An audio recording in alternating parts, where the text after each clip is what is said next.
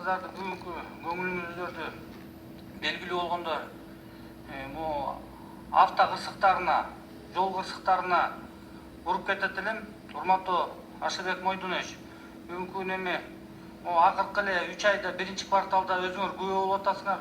148 адам статистика боюнча ушу жол кырсыгынан каза тартты, 1500ге жакын адам жара тартты.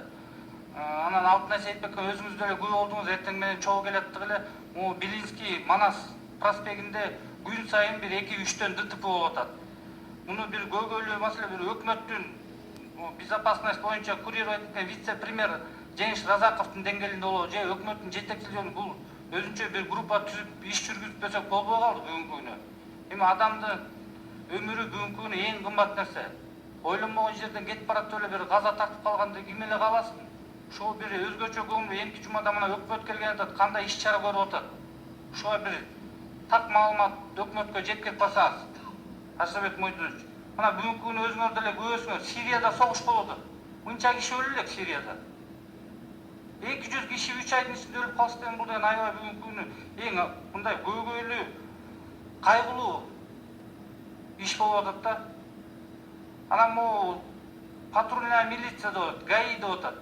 Жанагы жаңы курулганда министр Турганбаев иштеп турганда бул патрульная милиция негизи бул деген кыймылда жүрүш керек постоянно.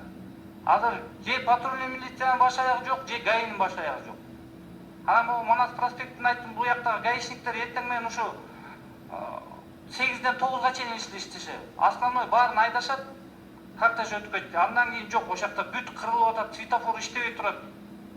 Ушу жол кырсыктарына эмки жумада өкмөт келсе бир так маалымат берип, кандай иш чара жүрүп атат, же бир иш рабочий группа түзүлдү, ушуга бир маалымат берип коюңузчу.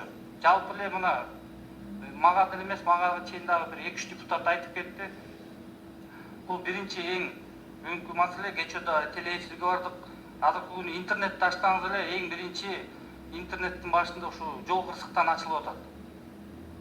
Тиякта шаардагы бусиктер аябай күндөн күнгө аварияга дуушар болуп атышат да. Ушунда бир контролдоп, мэрия менен департамент менен иш көрсөтүп, ушу иштин маалыматын бизге так маалымат берип койгулачы.